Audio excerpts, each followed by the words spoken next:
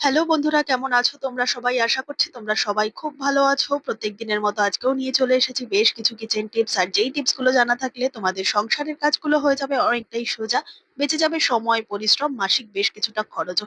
আজকে সেই রকমই বেশ কিছু জানা অজানা টিপস তোমাদের সাথে শেয়ার করবো, যেটা দেখলে আমাদের প্রত্যেক গৃহিণীর অনেকটাই উপকার হবে। চলো তাহলে বেশি কথা না বাড়িয়ে আজকের ভিডিওটা শুরু করা যাক। রান্নার জন্য আমরা কিন্তু প্রত্যেকেই এই ধরনের প্যাকেটের তেল ইউজ করে থাকি, কিন্তু যখন এই প্যাকেটটা কেটে আমরা কন্টেনারের মধ্যে তেলটা ঢেলে ফেলি, তখন বাদবাকি যে অবশিষ্ট তেলটা রয়েছে বেশ খানিকটা সময় এভাবে কৌটোর ওপর উবুড় করে রাখলেই কিন্তু প্যাকেটের গায়ে লেগে থাকা সম্পূর্ণ তেলটা ঝরে পড়ে যায়।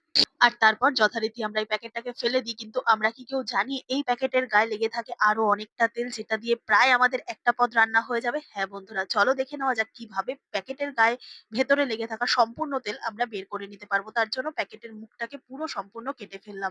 এইভাবে প্যাকেটের মুখটাকে কেটে নিয়ে কি করবে, নিয়ে নেবে বেলন। রুটি করার জন্য যে বেলন চাকি ব্যবহার করি, সেই বেলনটা নিয়ে প্যাকেটটাকে সমান একটা শক্ত জায়গায় এরকম ফ্লোরের মধ্যে বা কোথাও রেখে হালকা হালকা করে এভাবে প্রেস করে বেলনটা দিয়ে এভাবে বেলে নেবে।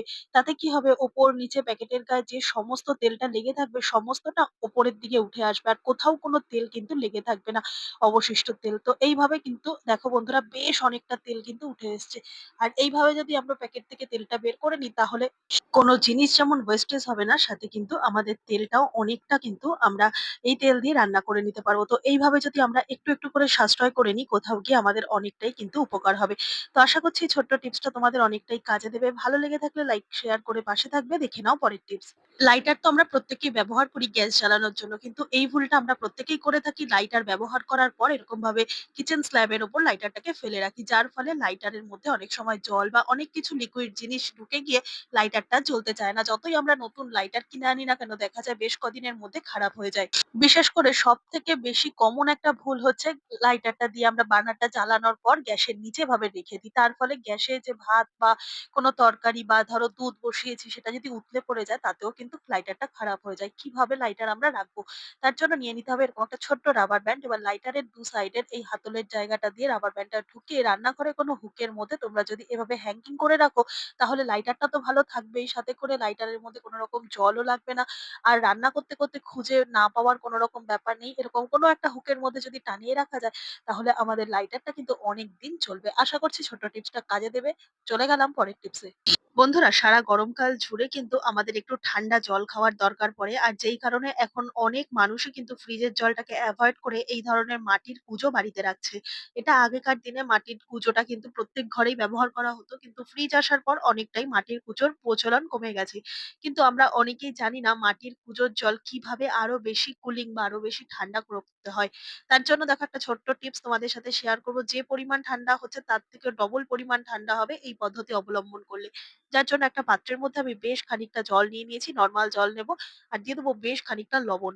লবণ জলের মধ্যে কি করবো, এরকম একটা লাল শালু কাপড়কে ভালো করে ভিজিয়ে নেবো। তোমাদের কাছে যদি এই ধরনের শালু কাপড় না থাকে, তাহলে সুতির যে পুরোনো ধুতি ছেঁড়া হোক বা যে কোনো ধরনের সুতির, অবশ্যই সুতির যে কাপড় হয় অনেক সময় পুরোনো কাপড়, তো সেটাকে ভালো করে পরিষ্কার করে ধুয়ে নিতে পারো। ধুয়ে নেওয়ার পর এই সেম প্রসেস অ্যাপ্লাই করতে পারো। আলাদা করে লাল আর কাপড় কেনার দরকার পড়বে না। তো এই ধরনের কাপড়টাকে ভালো করে ভিজিয়ে নিয়ে একদম হালকা করে নিংড়ে নেবো। খুব বেশি কিন্তু টাইট করে জল চিপবো না। তারপর এই ভেজা কাপড়টাকে কি করব, আমরা কুজোর গায়ে ভালো করে জড়িয়ে দেবো। এইভাবে ভেজা কাপড় যদি কুজোর গায়ে জড়িয়ে রাখতে পারো, তাহলে কিন্তু দেখবে যে কুলিং ব্যাপারটা ছিল সেটা কিন্তু আরো ডবল হয়ে যাবে। ফ্রিজের জলের থেকে কোনো অংশে কম হবে না। আর ফ্রিজের জল খেলে যে একটা ক্যালোরি হতো, সেই জলটা কিন্তু মাটির কুজোর জল খেলে কোনো রকম অসুবিধা করবে না। তো এইভাবে কিন্তু আরো বেশি সময় পর্যন্ত বা বেশি পরিমাণ ঠান্ডা তোমরা জলটাকে করতে পারো। আশা করছি টিপসটা কাজে দেবে। চলে গেলাম পরের টিপসে।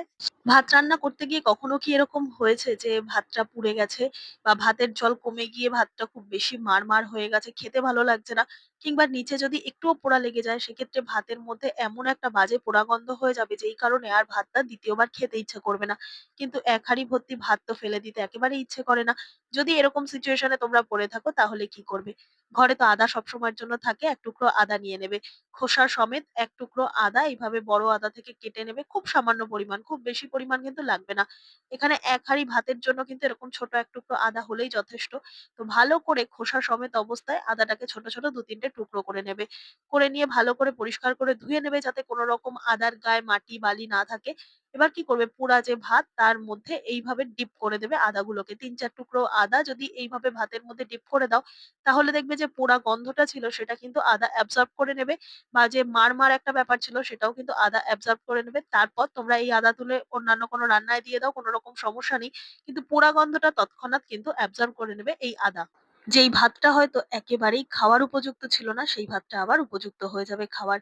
তো আশা করছি এরকম ছোটখাটো বুদ্ধি লাগিয়ে তোমরা যদি সারাদিনের কাজগুলোকে করে ফেলতে পারো, তাহলে সময়, শ্রম আর মাসিক খরচও বেশ কিছুটা কমবে। ভিডিওটা ভালো লেগে থাকলে লাইক, কমেন্ট, শেয়ার করে পাশে থাকবে। আমার এই ভিডিওটা কে কোথা থেকে দেখছো কমেন্ট করে জানাতে ভুলবে না। দেখা হবে আবার অন্য কোনো ভিডিওর সঙ্গে। ধন্যবাদ।